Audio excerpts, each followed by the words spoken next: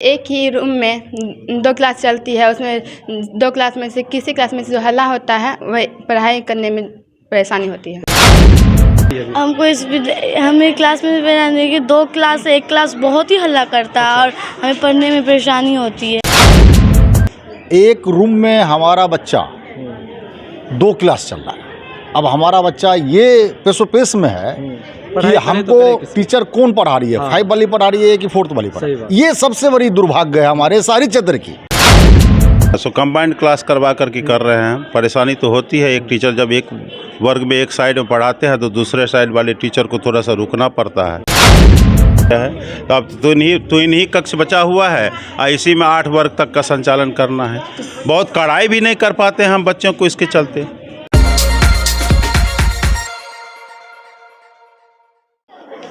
नमस्कार, आप देख रहे हैं दी बॉस न्यूज़ और मैं हूं सरफराज आलम। बिहार में जब चुनाव आती है तो उस समय एक नारा बड़ी ही प्रसिद्ध होता है, बिहार में बहार है एक बार फिर नीतीश कुमार है। क्या यह नारा सही में सच है या ये नारा झूठ है, उसकी तस्वीर हम आपको दिखाएंगे। बिहार में वाकई में बहार है, बिहार में वाकई में विकास हुआ है या बिहार में वाकई में स्कूल शिक्षा व्यवस्था को दुरुस्त किया गया है, इसकी हम तस्वीर हम आपको दिखाएंगे। देखिए, अभी हम सहरसा के एक ऐसे इलाके में मौजूद है, गांधी पथ इलाका, भीड़-भाड़ इलाका है, शहरी इलाका है ये। और उस शहरी इलाकों के बीच में एक विद्यालय है, बुच्चन शाह माध्यमिक विद्यालय सहरसा लिखा हुआ है, बोर्ड है यहाँ पर, देख लीजिए। और इसकी तस्वीर हम आपको दिखाएंगे। इस स्कूल में मात्र 2 कमरे हैं और उस 2 कमरे में जो है 8वीं तक की कक्षा की पढ़ाई होती है और 500 से अधिक इस विद्यालय में बच्चे, छात्र एवं छात्राएँ हैं। तस्वीरें देखिए, एक विद्यालय में आपको एक क्लासरूम में आपको भारी से जो छात्र एवं छात्राएं हैं वो यहाँ पर उपस्थित दिखेगी। 500 से अधिक बच्चे इस विद्यालय में रहते हैं, उसके बावजूद भी यहाँ पर व्यवस्था नहीं है। व्यवस्था इसलिए नहीं कह सकते हैं कि व्यवस्था यहाँ पर और विद्यालय कमरे की बढ़ाने की व्यवस्था जो होनी चाहिए वो यहाँ पर नहीं है, जिस कारण यहाँ के बच्चों को काफ़ी परेशानी होती है। बिहार में विकास सही में हुआ है या नहीं हुआ है, इसकी तस्वीर हम आपको दिखा रहे हैं। बिहार की व्यवस्था किस तरह से चरमराई हुई है उसकी तस्वीर हम आपको दिखा रहे हैं। एक विद्यालय, एक स्कूल, उसमें जिसमें 2 कमरे हैं और उस 2 कमरे में 500 से अधिक बच्चे जो है पढ़ते हैं और अपनी भविष्य को इस विद्यालय में पढ़कर जो है बनाते हैं।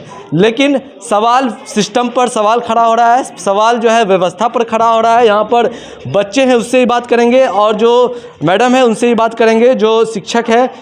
क्या परेशानी आप लोग को होती है? 2 क्लासरूम है, उस 2 क्लासरूम में आप लोग पढ़ाई करते हैं। क्या नाम है आपका और कितनी कक्षा में आप पढ़ रहे थे? मेरा नाम मुस्कान कुमारी है, मैं वर्ग 8 में पढ़ती हूँ। अच्छा, क्या परेशानी होती है आप लोग को इस विद्यालय में? विद्यालय में ये परेशानी होती है कि एक ही रूम में 2 क्लास चलती है। उसमें 2 क्लास में से किसी क्लास में से जो हल्ला होता है वही पढ़ाई करने में परेशानी होती है। मतलब 2 कमरे में आप लोग पढ़ाई करते हैं, परेशानी होती होगी।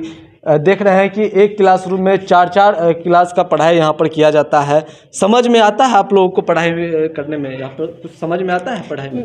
विद्यार्थी जो हल्ले करते हैं उसमें हल्का फुल्का समझ में नहीं आता है। नहीं आता। और कक्षा होनी चाहिए, आप लोग मांग करते हैं कि और यहाँ पर होनी चाहिए कक्षा? यहाँ पे और कक्षा होनी चाहिए जिसमें अलग अलग पढ़ सके सब विद्यार्थी। अलग अलग कक्षा होनी चाहिए, बस सभी का अलग अलग कक्षा हो यहाँ पर। हाँ। अभी एक ही कक्षा में आप लोग सभी क्लास 2-3 क्लास में पढ़ाई कर रहे हैं? हाँ, एक ही क्लास पढ़ रहे हैं। क्या नाम हुआ आपका? अनुश्री।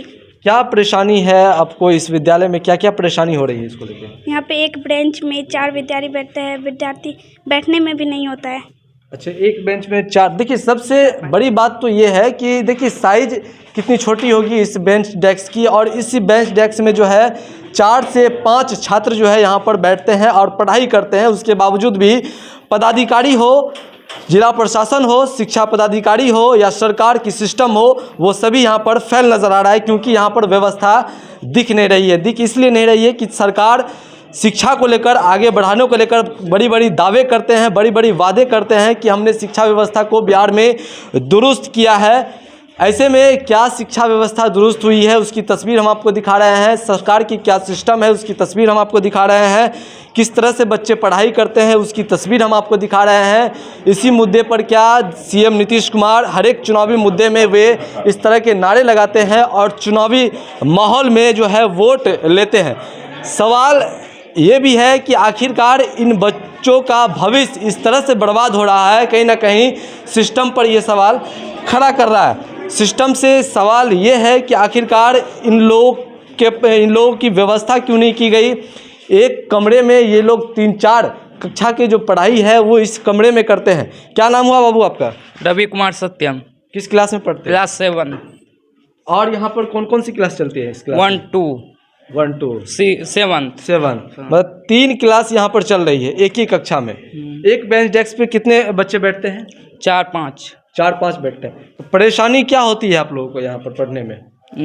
हल्ला होता है, समझ में नहीं आता है। चलिए, समझ में नहीं आता है, मैडम से भी बात करेंगे और कुछ बातें हैं उससे, क्योंकि महत्वपूर्ण बातें इनसे करेंगे। मैडम, काफ़ी परेशानी इन लोगों की हो रही है, कैसे आप लोग यहाँ पर मैनेज करते हैं? बच्चे को शांत करके और क्या करेंगे। नहीं, पढ़ाई में किस तरह से, क्योंकि एक ही ऐसे उधर बोर्ड अलग है, इधर है, तो 1 2 इधर बैठते हैं और 7 एक साथ जो पढ़ाते होंगे तो बच्चे डिस्टर्ब तो होते होंगे। हाँ, होते हैं। हल्ला ज़्यादा हो जाता है। हल्ला ज़्यादा हो जाता है जी।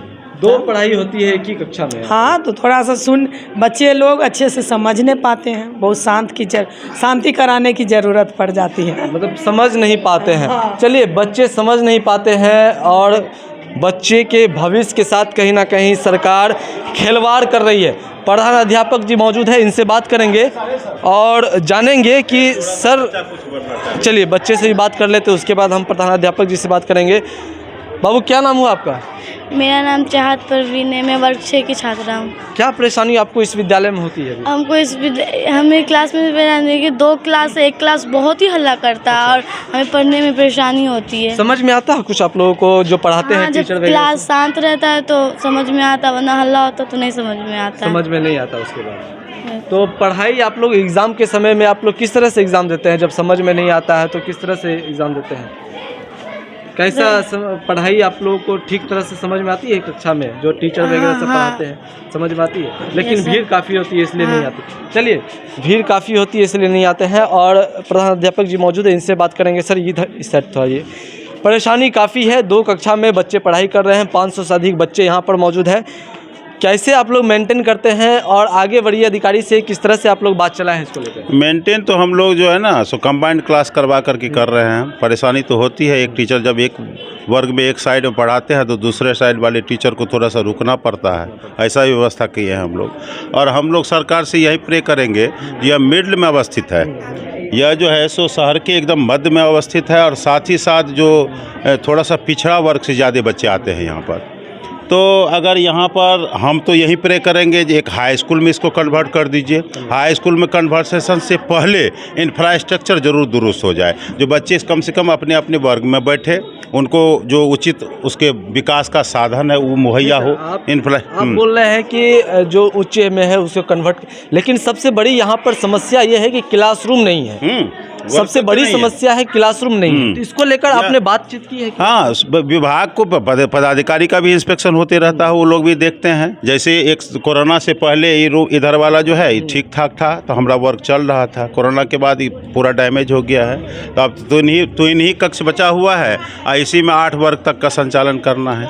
बहुत कड़ाई भी नहीं कर पाते हैं हम बच्चों को इसके चलते, जो हमको वैसा संसाधन है भी नहीं। ऐसे में क्यों नहीं विभाग इस पर एक्शन क्यों नहीं ले रहे हैं? क्या कारण है? कुछ तो कारण होगा। नहीं, कारण इसका है कि विभाग का इसमें दोष नहीं है। अच्छा। इसमें जो हमसे पहले जो हेडमास्टर थे उस समय में आया था फंड मकान का, यह ऑब्वियसली सही है। और उस समय में क्या कारण रहा कि यहाँ नहीं बन पाया, वो पैसा रिटर्न हो गया। तो यह एक है यहाँ पर लोकल में।